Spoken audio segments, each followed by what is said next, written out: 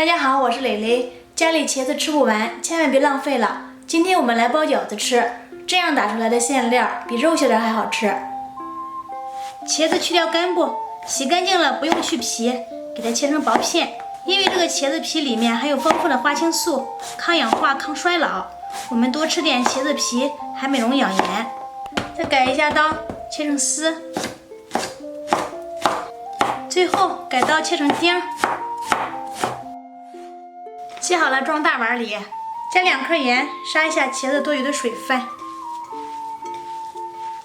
都说茄子浑身是宝，所以说今天这个茄子汁不用浪费掉，给它挤到大碗里，加200克面粉，搅成大棉絮，下手揉成团儿。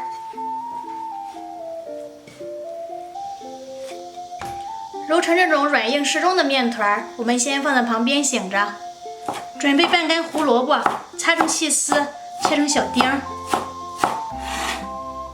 加入茄子里面。准备一把韭菜，切成小碎丁儿，装盘里备用。把锅里不用放油，放入1小碗的肥肉丁，开小火把肥肉煸出油脂。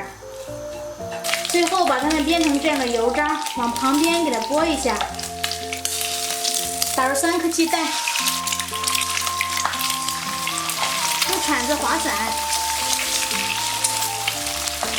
炒成这样的鸡蛋碎，再给它们搅在一起，这样炒出来的鸡蛋特别香。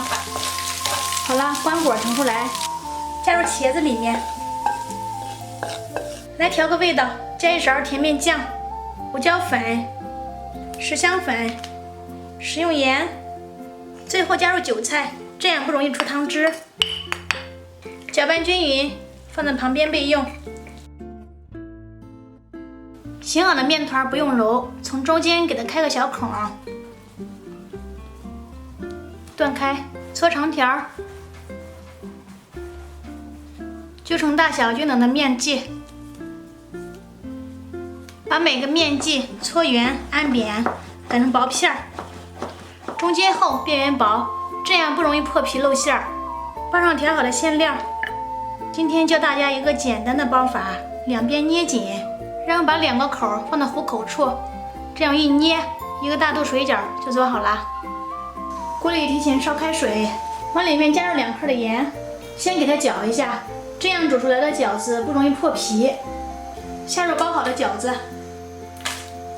用铲子给它推动一下，防止粘在一起。盖上盖子，大火煮开。